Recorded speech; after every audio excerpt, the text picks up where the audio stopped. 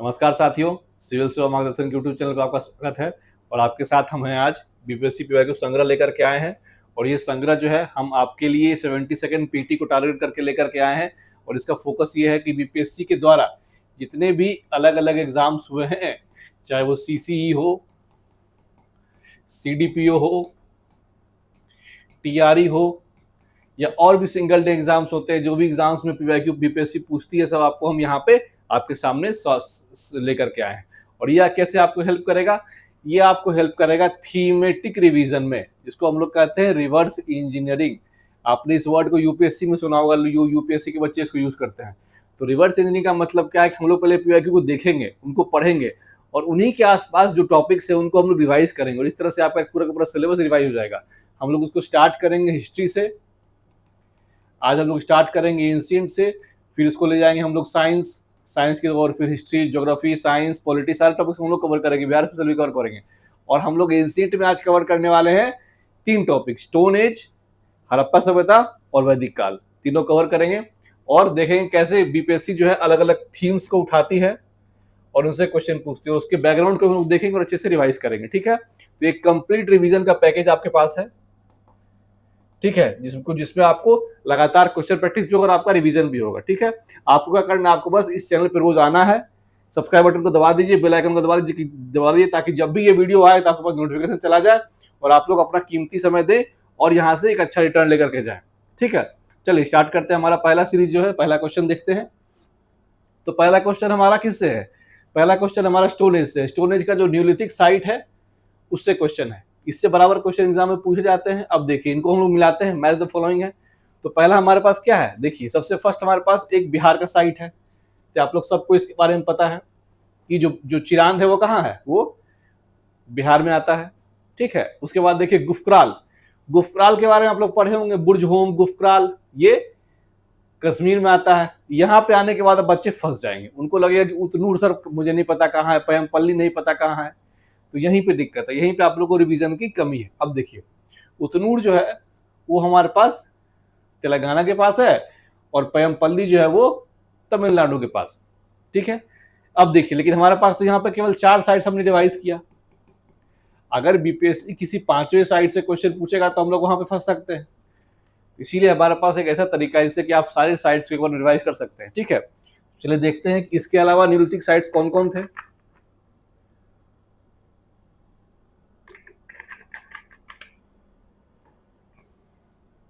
देखिए, हमारे पास जो मैप है, ये मैप आपको दिखा रहा है। स्टार्टिंग से कलर देखिए, जो रेड कलर के जो साइट्स है वो पैलियोलिथिक है। ठीक है, पहले हम उनको देखते हैं। तो नॉर्थ से साउथ अगर आएंगे हम लोग तो स्वान रिवर वैली, जो कि पाकिस्तान में पड़ता है, वो पैलियोलिथिक साइट हो गया हमारा। डिडवाना, जो कि राजस्थान में पड़ता है, यहाँ पे सॉल्ट लेक काफी फेमस है, ये पैलियोलिथिक साइट हो गया। अब देखिए बेलन वैली, जो कि हमारे नॉर्थ इंडिया में है, उत्तर प्रदेश में पड़ता है। भीमबेटका बहुत फेमस है, किसके लिए? केव पेंटिंग के लिए फेमस है भीमबेटका, जो कि एक पैलियोलिथिक साइट है, ओल्ड स्टोन एज साइट है। आदमगढ़, ये भी एमपी में पड़ता है, ये भी पैलियोलिथिक साइट है। बागौर, बागौर तो खैर मेसोलिथिक है। आगे बढ़ते हैं, देखिए यहाँ पे भी कुछ साइट्स है, कुरनूल, ये सब नागार्जुन कोंडा, ये सब कहाँ पड़ता है? ये सब आंध्र प्रदेश में पड़ते थे। ये सब हो गए हमारे पास कुछ पैलियोलिथिक साइट, जो कि हम लोग कहते हैं पूरा पाषाण काल, ओल्ड स्टोन एज है वो। अब हम लोग आते हैं किस पे? अब हम लोग आते हैं हमारे मेसोलिथिक पे, जिसको हम लोग कहते हैं मध्य पाषाण काल। तो मेसोलिथिक हमारे पास कौन कौन से साइट है? देखिए, हमारे पास बागौर है, जो कि राजस्थान में पड़ता है। Bagor, it is in Rajasthan. उसके बाद देखिए महादहा, सराय नहर, ये सब यूपी में पड़ता है। ठीक है, अब हमारे पास कुछ साइट्स है जो कि न्यूलिथिक साइट्स, उनको देख लेते हैं हम लोग। तो जो न्यूलिथिक साइट्स है उनको देखते हैं हम लोग। तो नॉर्थ से साउथ हम लोग उसको देखेंगे। सबसे पहले हमारे पास क्या है? बुर्जहोम, बुर्जहोम में, और गुफक्राल भी यहीं पड़ता है। गुफक्राल दोनों कश्मीर में पड़ता है। क्यों फेमस है? फेमस फॉर पिट ड्वेलिंग, ध्यान रखेंगे इसको कि ये पिट ड्वेलिंग के लिए फेमस है। उसके बाद देखिए हमारे पास मेहरगढ़ है, जो कि इंडियन सब कॉन्टिनेंट से बाहर है और ये पाकिस्तान में पड़ता है, अफगानिस्तान पाकिस्तान का जो इलाका है। और सबसे पहले कॉटन और वीट और बार्ली कल्टीवेशन यहीं पे हुआ था। सबसे पहले डोमेस्टिकेशन भी यहीं पे हुआ था। उसके बाद देखते हैं हमारे पास नॉर्थ से साउथ की तरफ आते हैं, तो देख लीजिए कोल्डिवा, तो कोल्डिवा भी यूपी में है जो फेमस है राइस कल्टीवेशन के लिए। महागढ़ा ये भी यूपी में है, ठीक है। उसके बाद देखिए हमारे पास उतनूर, जो क्वेश्चन में पूछा गया था, तो उतनूर इज इन तेलंगाना।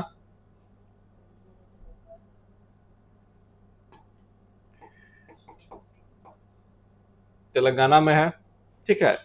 मास्की देखिए, मास्की, हल्लूर, ब्रह्मगिरी, ये सब कहाँ का, ये सब कर्नाटक का है, कर्नाटक का है। पयमपल्ली हमने देखा, पयमपल्ली कहाँ का है, तमिलनाडु का है। हम लोग यहाँ पे चिरान देख लेते, चिरान बिहार। उसके बाद देखिए दाउजली हेडिंग, असम। इस तरीके से हम लोग को एक मल्टीपल रिवीजन करने के लिए एक कम से कम ये चार्ट एक बार देखना जरूरी है कि इंडिया में कौन से साइट्स कहाँ पे पैलियोलिथिक है, कौन सा साइट कहाँ पे मेसोलिथिक है, कौन सा साइट कहाँ पे न्यूलिथिक है, ठीक है। तो खास करके हम लोग न्यूलिथिक का ध्यान रखेंगे। बुरजहोम, मेहरगढ़, कोल्डिवा महागढ़ा, उतनूर, मास्की ब्रह्मगिरी, पयमपल्ली, चिरांद, दादुली हेडिंग, ये सब हम लोग ध्यान रखेंगे। ये सब हमारे पास एग्जाम में क्वेश्चंस इससे पूछा जा सकता है। चलिए आगे बढ़ते हैं। Which of the following periods is also known as chalcolithic age, निम्नलिखित में किस एक काल को चैल्कोलिथिक युग के नाम से भी जाना जाता है। तो चैल्कोलिथिक, आप इस शब्द को समझिए, देखिए जो ये वर्ड है चैल्कोलिथिक, अगर हम लोग उसको ब्रेक करते हैं तो ग्रीक में चैल्को मतलब होता है कॉपर, ठीक है, और लिथिक मतलब होता है स्टोन। तो बेसिकली ये किसको दिखाता है, ये दिखाता है कॉपर स्टोन एज को, ताम्र पाषाण युग को दिखाता है। और ये वो फेज था जिस समय हम लोग स्टोन टूल्स के साथ साथ कॉपर टूल्स को भी यूज करना स्टार्ट कर दिए थे, ठीक है। अब यहां से एक क्वेश्चन और बन सकता है कि स्टोन के बाद सबसे पहला मेटल कौन सा है जिसको ह्यूमंस ने यूज किया था। तो वहां पे आपको पता है स्टोन के बाद पहला मेटल जिसको ह्यूमन ने यूज किया वो क्या था, कॉपर। तो इसको ध्यान रखेंगे हम लोग। तो यहाँ पे दो क्वेश्चन बन गया, इसका मीनिंग क्या है और ये पहला मेटल ह्यूमंस ने कौन सा यूज किया था, कॉपर। अब देखिए इसके बारे में कुछ हमारे पास डिटेल्स और जो हम लोग देख सकते हैं रिवाइज करने के लिए। तो सबसे पहले क्या देख लिए, चैल्कोलिथिक का मतलब हो गया कॉपर स्टोन एज, और copper it is the first metal जिसको ह्यूमंस ने यूज किया था। अब देखिए ये जो फेज था ना, इसमें देखने की बात क्या है कि हम लोग अगर नॉर्थ इंडिया की बात करें, नॉर्थ इंडिया की बात करें, नॉर्थ इंडिया का जो क्रोनोलॉजी है वो दिखाता है सबसे पहले स्टोन एज आता है, जिसको हम लोग कहते हैं पैलियोलिथिक एज। उसके बाद आता है चैल्कोलिथिक एज, और लास्ट में आता है हमारा जिसको कहते हैं हम लोग आयरन एज।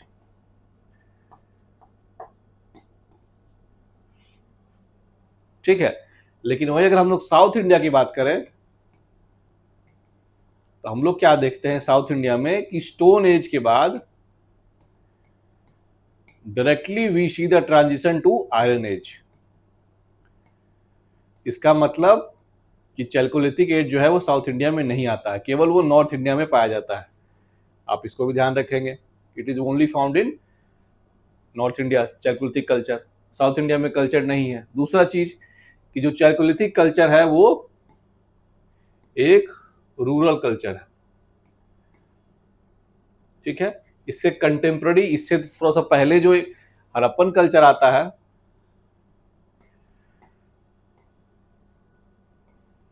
वो अर्बन कल्चर था। तो ये भी डिफरेंस आपको ध्यान रखना है, वो अर्बन कल्चर था और ये चैल्कोलिथिक रूरल कल्चर। तो ये कुछ फैक्ट्स आपको ध्यान में रखने हैं, एग्जाम्स में आपसे अलग अलग क्वेश्चंस के थ्रू इसको पूछा जा सकता है, आप लोग ध्यान में रखेंगे। ठीक है, चलिए हमारे पास कुछ चैल्कोलिथिक साइट्स है, उनको मैच करना है कि ये कौन से नदियों के किनारे है, और ये बीपीएससी असिस्टेंट के एग्जाम में क्वेश्चन पूछा गया है। तो ध्यान रखेंगे, क्वेश्चन आपके एग्जाम्स में आ सकता है। एक तरफ हमारा साइट है और एक तरफ रिवर्स। ठीक है, अब देखिए ये जो आहार है ना, आहार, ये बनास नदी किनारे है। ठीक है, Kayatha, it is on the banks of Kali Sindh, Savalda इधर ताप्ती, और मालवा जो है वो नर्मदा है। हालांकि बहुत सारे बच्चे इस क्वेश्चन को छोड़ देंगे, उनको लगेगा सर ये हमारा पढ़ा हुआ नहीं है, क्योंकि आपने इसको रिवाइज नहीं किया है कि चैल्कोलिथिक जो प्लेसेस है वो कहाँ कहाँ किस किस डिस्ट्रिक्ट में है, कहाँ कहाँ किस स्टेट में पड़ते हैं और किस नदी के किनारे हैं। तो हम लोग यहीं पे रिवाइज कर लेंगे कि ये कहाँ कहाँ आते हैं और किस किस नदी के किनारे आते हैं। ठीक है, चलिए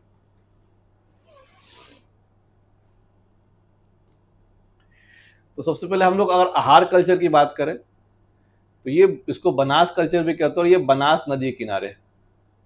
ठीक है, और इसका क्षेत्र क्या है, इसका क्षेत्र है राजस्थान, इसका क्षेत्र है राजस्थान। ध्यान रखेंगे, आप एक चीज नोट करेंगे, जो भी कल्चर है सब नॉर्थ इंडिया का है, साउथ इंडिया का इसमें से कोई भी नहीं। राजस्थान, एमपी, महाराष्ट्र, गुजरात, बिहार और महाराष्ट्र, गुजरात। ठीक है, अब देखिए कायथा कल्चर इन्होंने पूछा है, तो ये एमपी का है कायथा कल्चर, और कहाँ पाया जाता है ये देखिए काली सिंध नदी के किनारे, चंबल की जो ट्रिब्यूटरी है, ध्यान रखेंगे इसको। अब देखिए महाराष्ट्र का एक और है, महाराष्ट्र सौराष्ट्र इलाके का सवालादा कल्चर, और ये किसके किसके किनारे, ये ताप्ती के किनारे है, जो पूछा गया था अभी पूछा गया था आपसे। उसके बाद देखिए नेवादा टोली कल्चर, जो मालवा क्षेत्र में पड़ता है, किसके किनारे है, नर्मदा नदी के किनारे है, चिरांद बिहार में है।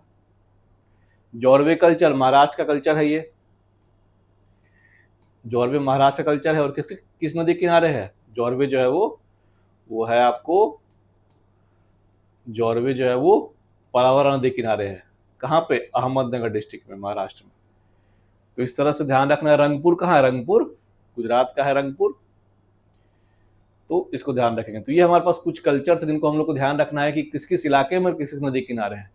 तो ध्यान रखेंगे आहार बनास, बनास रिवर चंबल जो नॉर्थ इंडिया का है, कयाथ एमपी, काली सिंध चंबल, सेवलादा ताप्ती, और नेवादा जो है वो मालवा नर्मदा, और जॉर्वे महाराष्ट्र का है ये परवरा अहमदनगर डिस्ट्रिक्ट। तो ये हम लोग ध्यान रखेंगे। इस तरह से चैल्कोलिथिक साइट से हमें क्वेश्चन हमारे पास आ सकते हैं। ठीक है, चलिए आगे बढ़ते हैं। इसमें एक और ध्यान रखिएगा कि ये जो एक साइट का नाम है उसको भी आप लोग ध्यान रखेंगे कि महाराष्ट्र में देमाबाद जो है ये भी एक चैल्कोलिथिक साइट है। ठीक है, तो कई बार आपको साइट्स का नाम पूछा सकता है, इनाम गांव, ठीक है, गिलुंड, ये सब भी आपको ध्यान रखना है। ठीक है, चलिए आगे बढ़ते हैं। अगला क्वेश्चन इंडस वैली से क्वेश्चन है कि Indus valley civilization existed in, ये कौन से काल में एग्जिस्ट करता था। थोड़ा सा यहाँ पे प्रिंटिंग मिस्टेक हो गया है, यहाँ पे गलती से लिखा गया है, यहाँ पे प्रोटो हिस्टोरिक होगा। ठीक है, तो अब देखिए हमारे पास एक डिफिनेशन जो डिफाइन करता है कि हम लोग कैसे डिफाइन करते हैं कि हिस्टोरिक क्या है, प्री हिस्टोरिक क्या है, प्रोटो हिस्टोरिक क्या है और हिस्टोरिक क्या है। ठीक है, तो चलिए इसको समझते हैं क्या चीज है ये।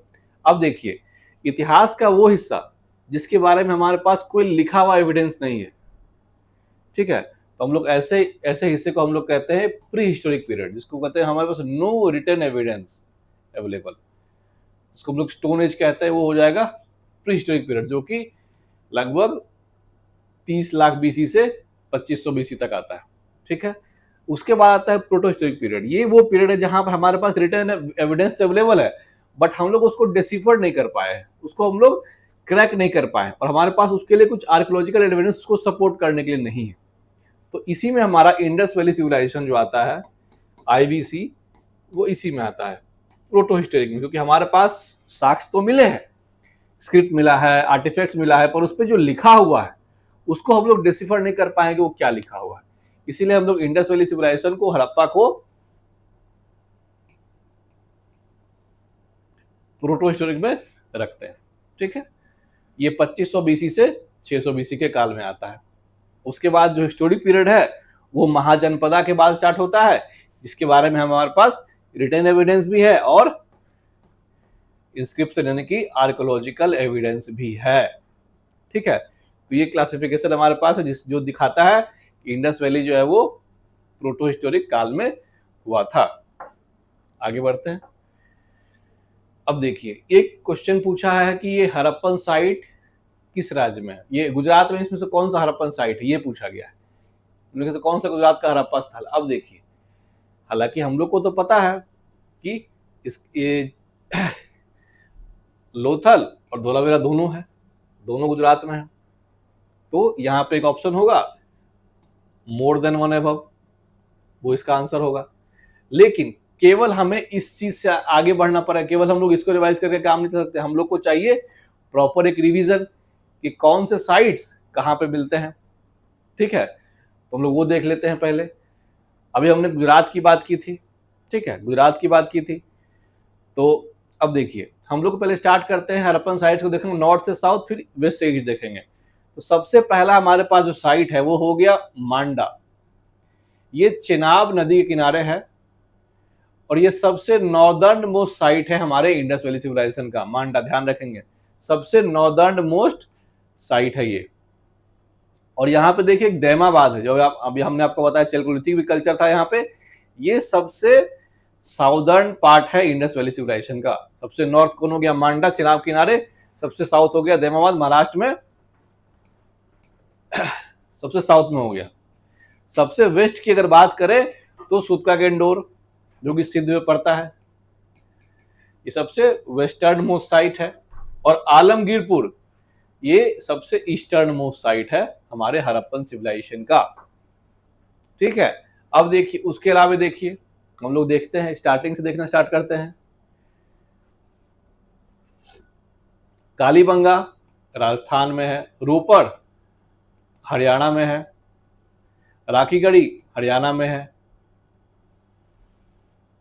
उसके बाद देखिए गंजेड़ी वाला ये सिंध में है, कोटडीजी ये भी सिंध में है, चांगधारो सिंध में है, सुरकोडा जो है वो गुजरात में है, लोथल गुजरात में है। अब देखिए यहाँ पे कुछ और साइट्स हैं, जैसे कि कुंटासी, ये भी एक पोर्ट है जो गुजरात में है। नागेश्वर ये भी गुजरात का एक पोर्ट है। देसालपुर ये भी गुजरात में ही है। धोलावीरा ये भी गुजरात में है। बालाकोट देख लीजिए, ये भी एक पोर्ट है, हड़प्पन पोर्ट है, जो कि सिंध में पड़ता है। आमरी देखिए, ये भी सिंध में पड़ता है, बॉर्डर के पास। मोहनजोदारो ये भी सिंध में पड़ता है। अब देखिए यहाँ पे हमारे पास कुछ और साइट्स है, हड़प्पा जो कि पाकिस्तान में पड़ता है। सोरतुगाई ये भी पाकिस्तान अफगानिस्तान के बॉर्डर पड़ता है। इस तरह से करके हम लोग रिवाइज करके देख सकते हैं कि हमारे अलग अलग साइट जो है वो कहाँ कहाँ हड़प्पन सिविलाइजेशन के हैं और कौन कौन से इलाके में वो पाए जाते हैं। तो इस तरीके से हम लोग उनको अच्छे से रिवाइज कर सकते हैं। ठीक है, चलिए आगे बढ़ते हैं। Which the following is Harappan port. तो हम लोग को सबको पता है कि लोथल जो है वो एक हड़प्पन पोर्ट है, एक कुंटासी भी है। तो देख लेते हैं हम लोग मैप में।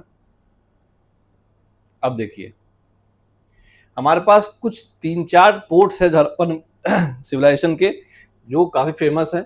तो हमारे पास एक लोथल हो गया, सबसे फेमस पोर्ट, लोथल पोर्ट हो गया हमारा। उसके बाद हमारा सुतका गेंडोर भी फेमस पोर्ट है। ठीक है, उसके बाद बालाकोट भी हमारे पास एक फेमस पोर्ट है, कुंटासी भी फेमस पोर्ट है, और एक और पोर्ट है अल्लाहदीनो, जो इस मैप में नहीं दिखा गया है। तो ध्यान दीजिएगा, लोथल, अल्लाहदीनो, कुंटासी, सुतका गेंडोर और बालाकोट, इसको ध्यान देंगे। ये सब हमारे पास कुछ इंडस वैली के पोर्ट साइट्स हैं। ठीक है, चलिए आगे बढ़ते हैं। कुंटासी भी एक पोर्ट है, तो ये भी करेक्ट होगा।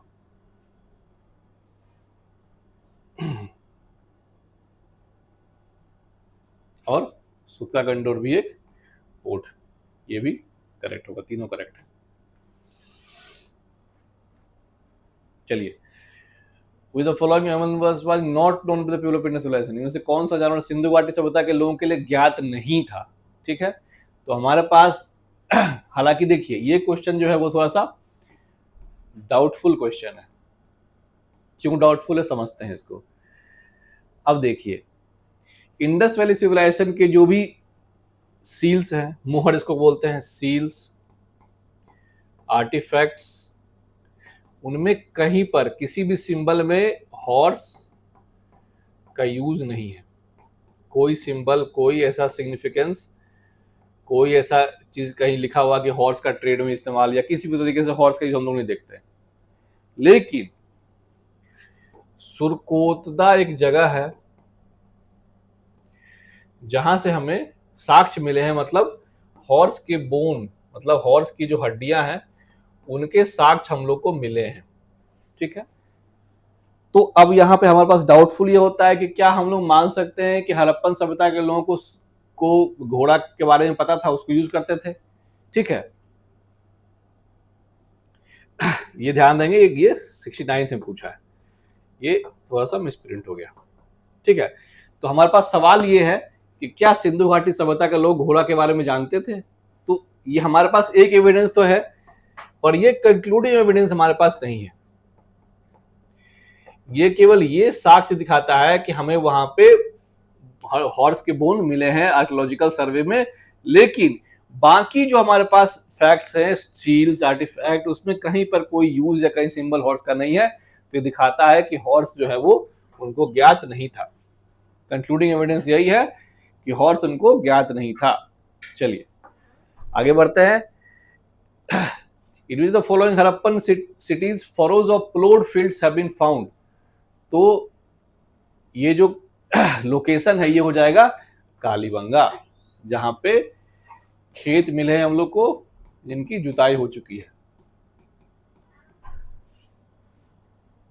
ठीक है, और साथ ही साथ हम लोग रिवाइज भी कर लेते हैं कि अलग अलग हड़प्पन साइट्स में कौन कौन से अलग अलग चीजों को हमने देखा है। ठीक है, चलिए, तो हमारे पास क्वेश्चन क्या था, सबसे पहले देख लेते हैं कालीबंगा। तो देखिए, प्लोड फील्ड सरफेस जो हमने देख लिया, जुते हुए खेत हम लोग को मिले हैं। ठीक है, और इसके अलावा यहाँ पे फायर अल्टर्स भी मिले हैं, इसको ध्यान रखेंगे हम लोग। ठीक है, अब देखिए बनावली क्यों फेमस है, टॉय प्लो। कई बार बोला जाता है, पूछा जाता है क्वेश्चन कि टॉय प्लो कहाँ से मिला है, तो बनावली से मिला है। कालीबंगा से जुते हुए खेत, फायर अल्टर्स मतलब अग्निकुंड, और बनावली से टॉय प्लो। अब देखिए धौलावीरा जो है वो भी इंपॉर्टेंट है। क्यों? क्योंकि यहाँ पे एक यूनिक वाटर हार्नेसिंग सिस्टम मिला था, जिसको हम लोग कहते थे storm drain water drainage system, ये यहाँ से मिला है। उसके बाद एकमात्र हड़प्पन साइट था जो 3 पार्ट में बटा हुआ है। आम हड़प्पन साइट्स क्या 2 पार्ट में बटे हुए थे, सिटाडेल मतलब दो दुर्ग किला वाला जो हिस्सा और निचला शहर, लेकिन ये 3 पार्ट में बटा हुआ है। Citadel, middle part and lower part, 3 part में है। और हड़प्पन इंस्क्रिप्शन जो है नॉर्मली बाकी जगहों से बहुत बड़े स्केल पे, यहाँ पे बड़े साइज में यहाँ मिला, लार्जेस्ट हड़प्पन इंस्क्रिप्शन भी यहाँ पे मिला है। ये हो गया। सुरकोतदा हॉर्स के बोन मिले, अभी हमने आपको बताया। ठीक है, आगे देखिए लोथल। लोथल से हमें क्या मिला, ये पोर्ट था। तो डॉकयार्ड मिला है, राइस हस्क मिला है, ये सब लोथल से मिला है। प्लस डबल बुरियल भी है, एक ही बुरियल में फीमेल और मेल दोनों को हम लोगों ने वहां पे पाया है कि डॉकयार्ड, राइस हस्क के साथ डबल बुरियल मिला है, जहां burying male female in single grave, एक ही ग्रेव यार्ड में दोनों को दफनाया गया था। और टेराकोटा मॉडल ऑफ शिप, अब ये तो गेस कर सकते हैं कि जहां पोर्ट है वहां पे शिप का जो है छोटा सा मूर्ति तो मिलेगा ही मिलेगा, तो टेराकोटा मॉडल ऑफ शिप यहाँ मिला है। आगे देखते हैं चानुधारो। तो चानुधारो एक ऐसा शहर था जहां पे सिटाडेल नहीं था, मतलब दुर्ग वाला जो हिस्सा था वो वहां पे नहीं था। ध्यान देंगे, चानुधारो ये सिटी विदाउट सिटाडेल। और ध्यान देंगे लिपस्टिक जो है वो चानुधारो से मिला है। ठीक है, अब 2 बड़े जो साइट्स हड़प्पा के हैं, हड़प्पन सिविलाइजेशन के, उनको देखते हैं। तो मोहनजोदारो से मिला है ग्रेट ग्रेनरी, और ग्रेट बाथ, ठीक है। और उसके बाद पशुपति महादेव का जो सील है, पशुपति महादेव प्रौढ़ सेवा सील, वो मिला है। Bronze image of A nude woman dancer, जो हम लोग देख सकते हैं, वो मिला है, ठीक है। उसके बाद प्रिस्ट किंग, जो एक बियर्डेड मैन का जो मूर्ति है, वो मिला है, ठीक है। और बाकी अलग अलग skeletons, human skeletons huddle together, फिर मदर गॉडेस का फिगर, ये सब भी मिला है, ठीक है। तो ये भी ध्यान देंगे। और हड़प्पन, जो हड़प्पा से क्या मिला है, 6 ग्रेनिटीज इन ए रो, लगातार 6 जो ग्रेनिटीज है वो मिला है। उसके बाद फेमस बुल सील जो है वो हड़प्पा से मिला है। सिमेंट्री मिला है यहाँ पे R37, इस तरह से करके देख सकते हैं हम, जो भी इंपॉर्टेंट है वो चीज यहाँ पे मिला है, ठीक है। आप लोग उसको रिवाइज कर लेंगे अच्छे से कि कहाँ पे क्या चीज मिला है।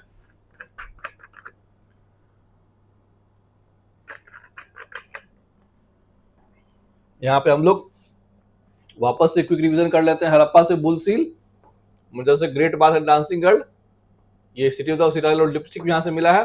Lothal dockyard, Kalibangan plot field, 7 fire altars, Banawali toy plough, और धोलावीरा जो है वो 3 पार्ट के लिए फेमस है, 3 पार्ट बटा हुआ था, और लाइस इंस्क्रिप्शन वहां से मिला है।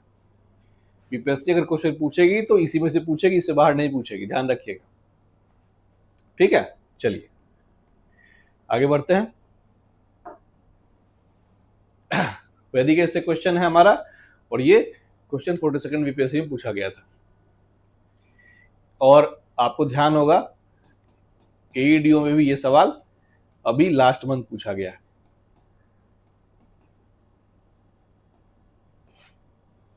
क्वेश्चन का लैंग्वेज थोड़ा चेंज था, लेकिन क्वेश्चन यही था। उसमें जो ऑप्शन में उसको क्वेश्चन में था, क्वेश्चन में जो आंसर में था।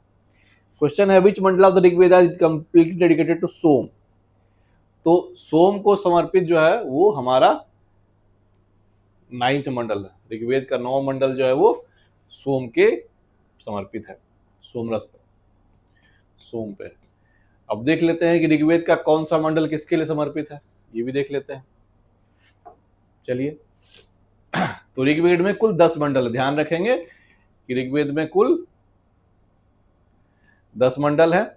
हम लोग पहले मंडल की बात करते हैं। तो पहला मंडल जो उसमें 191 हिम्स हैं, और टोटल ऋग्वेद में कितने हिम्स है, ध्यान रखेंगे 1028, कुल 1028 हिम्स है। और पहला जो मंडल है उसमें मेनली अग्नि, इंद्र और वरुण देवता के बारे में इसमें मेंशन किया गया है, ठीक है। 2 से 7 जो मंडल है ये इसका कोर बुक है, और इसमें हम लोग देखते हैं कि अलग अलग चीजों के बारे में है। और मंडल 3 जो है, ध्यान रखेंगे, उसी में हम लोग को गायत्री मंत्र देखने को मिलता है। तो मंडला 3 जो है ये विश्वामित्र ने लिखा था, और ये गायत्री मंत्र का जो ओरिजिन है वो हम लोग को तीसरे मंडल से ही देखने को मिलता है। तो ध्यान रखेंगे मंडला 3 जो है वो गायत्री मंत्र के लिए फेमस है, जिसको कि विश्वामित्र ने इसकी रचना की थी, ठीक है। अब देखते हैं मंडल 8 जो है वो हमारे पास ज्योग्राफिकल एरियाज के बारे में बताता है, जो कैमल्स वगैरह के बारे में बताता है। हमारा 9वां मंडल काफी इंपॉर्टेंट है, 9th मंडल, जिसमें 114 हिम्स है, और ये डेडिकेटेड टू सोम, और माना द प्यूरिफाइंग सेक्रेट ड्रिंक जो है सोम, उस पर आधारित है हमारा ऋग्वेद का 9वां मंडल। और हमारा जो आखिरी मंडल ऋग्वेद का 10वां मंडल है, इसमें सबसे फेमस हमारा कौन सा है, पुरुष सूक्त। और पुरुष सूक्त क्यों फेमस है, इसी में हमारे कास्ट सिस्टम, जो वर्ण व्यवस्था थी ऋग्वैदिक काल की, वो इसी में डिस्कस किए हुए। पुरुष सूक्त में हमारे वर्ण सिस्टम, काल जो कास्ट सिस्टम था हमारा वर्णा सिस्टम, ये हमारे 10th मंडल में। तो ध्यान रखेंगे 9th मंडल में सोम है, और 10th मंडल में हमारा पुरुष सूक्त में वर्ण सिस्टम, ठीक है। चलिए, और एक और चीज में है नसदिया सूक्ता, जो ओरिजिन ऑफ यूनिवर्स के बारे में बात करता है। एक और चीज ध्यान रखेंगे, हमारे पास 10 मंडल है ऋग्वेद में, और कुल 1028 हाइम्स है। और तीसरे मंडल में विश्वामित्र द्वारा रचित गायत्री मंत्र भी है। 9वें मंडल में सोम पे है, 10वां मंडल पुरुष सूक्त हमारा वर्ण सिस्टम, कास्ट सिस्टम के बारे में बताता है। तो इस तरह से हम लोग इसको एक बार में कंप्लीटली रिवाइज कर सकते हैं। चलिए आगे बढ़ते हैं। एक क्वेश्चन है कि प्रारंभिक वैदिक काल में मगध के प्राचीन राज्य की राजधानी के रूप में किस नगर ने कार्य किया था। अर्ली वैदिक पीरियड में हम लोग देखेंगे तो हमारा जो राजगिरी है ना, वो मगध की राजधानी थी। इसके पीछे ज्योग्राफिकल कारण था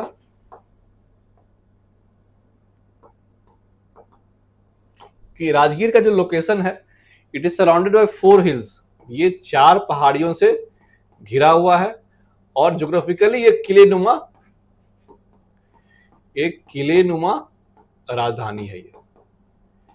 इसीलिए इसको प्रेफर किया गया था कि हम अगर राजगीर को राजधानी बनाएंगे तो दुश्मन हम पे आक्रमण आसानी से नहीं कर सकते और हम लोग उनको आसानी से टैकल कर सकते हैं।